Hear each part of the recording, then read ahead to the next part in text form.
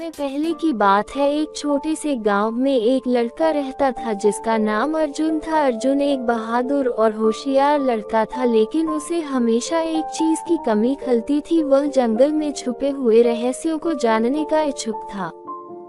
गांव के बुजुर्गों का कहना था कि गांव के पास का जंगल एक जादुई जंगल था। वहां तरह तरह के जादुई जीव रहते थे और अगर कोई उनकी मदद करे तो वे उसे किसी भी तरह की मदद दे सकते थे। ये सुनकर अर्जुन का दिल और भी उत्सुक हो गया। एक दिन उसने तय किया कि वह उस जादुई जंगल में जाएगा और वहां के रहस्यों को खुद अपनी आंखों से देखेगा।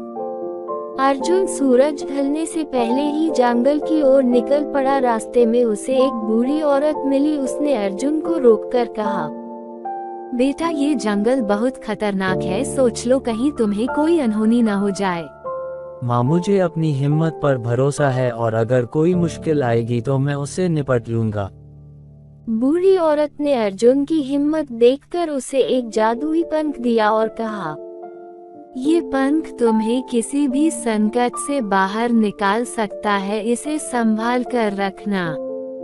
कुछ ही दूर चलने के बाद अर्जुन की मुलाकात एक छोटे से प्यारे प्राणी से हुई। उसकी आंखें चमक रही थीं और उसके शरीर पर सफेद और सुनहरे रंग के धब्बे थे। वह प्राणी अर्जुन की ओर देखकर मुस्कुराया और बोला, मैं तुम्हारी मदद कर सकता हूँ, लेकिन पहले तुम्हें मेरी एक परीक्षा पास करनी होगी।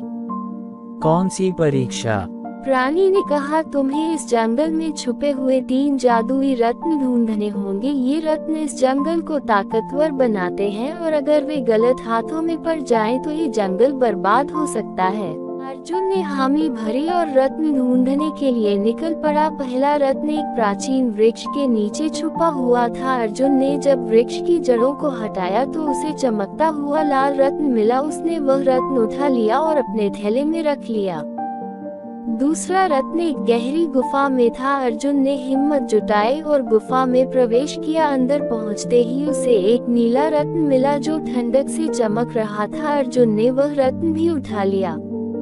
अब बारी थी तीसरे और आखिरी रत्न की। यह रत्न एक खतरनाक नदी के पार था। अर्जुन ने जादुई पंख का उपयोग किया और नदी को पार कर गया। नदी के पार उसे हरे रंग का एक चमकता हुआ रत्न मिला। उसने वह रत्न भी अपने थैले में रख लिया।